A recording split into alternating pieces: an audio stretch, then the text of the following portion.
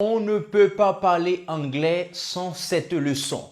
Dans cette leçon, je vais vous montrer 8 pronoms qui existent en anglais et comment les utiliser normalement. Let's get started.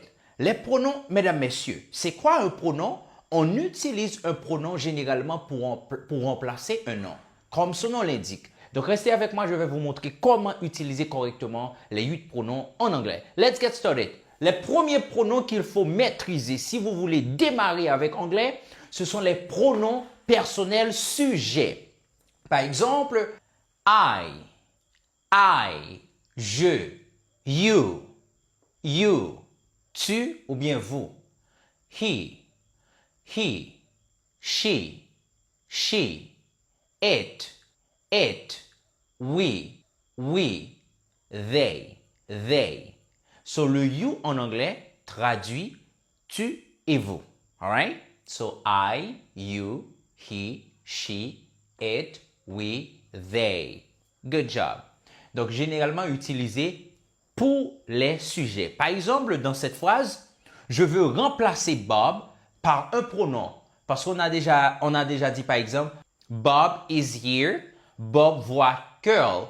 Mais au lieu de dire Bob, chaque fois vous allez parler de Bob, ok, vous allez dire plusieurs choses de Bob et vous dites Bob est là, Bob voit Curl, Bob est malade, Bob ceci, Bob cela, Bob. Mais au lieu de dire ça, donc vous allez utiliser un pronom pour remplacer ce nom, pour éviter la répétition de Bob. On va tout simplement utiliser un mot court. Généralement, je ne peux pas utiliser n'importe quel pronom. Je dois utiliser les pronoms personnels sujets, toujours placés devant le verbe.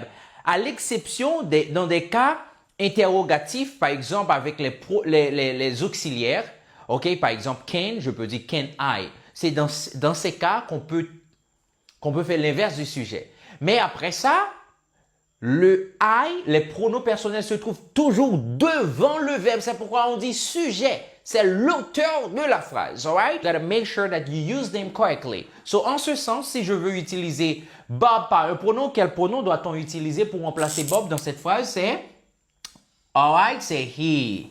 He sees curl. Voilà. He sees curl. Très bientôt, on va remplacer curls par un autre pronom. Mais alors, mesdames, messieurs, on dit he est utilisé pour garçon, she est utilisé pour les femmes, est utilisé pour les choses et les animaux, en quelque sorte. Et puis, oui, c'est nous et they, c'est pluriel, alright? OK, now, object pronouns, les pronoms d'objet. Les pronoms d'objet, mesdames, messieurs, il ne faut pas mélanger les pronoms sujets avec les pronoms d'objet. Les pronoms d'objet sont utilisés après les verbes. Est-ce que ça va, mes amis?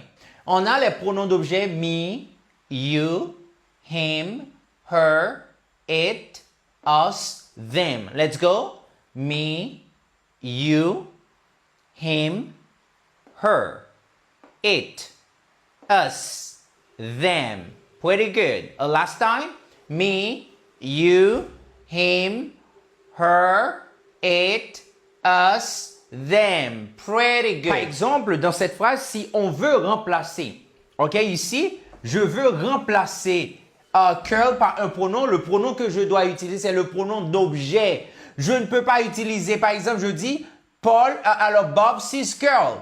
Donc, curl doit être remplacé par un pronom d'objet. C'est pas par un pronom sujet. Donc, je dis he sees him. Ici, on met him. All right. He sees him. Donc, je ne peux pas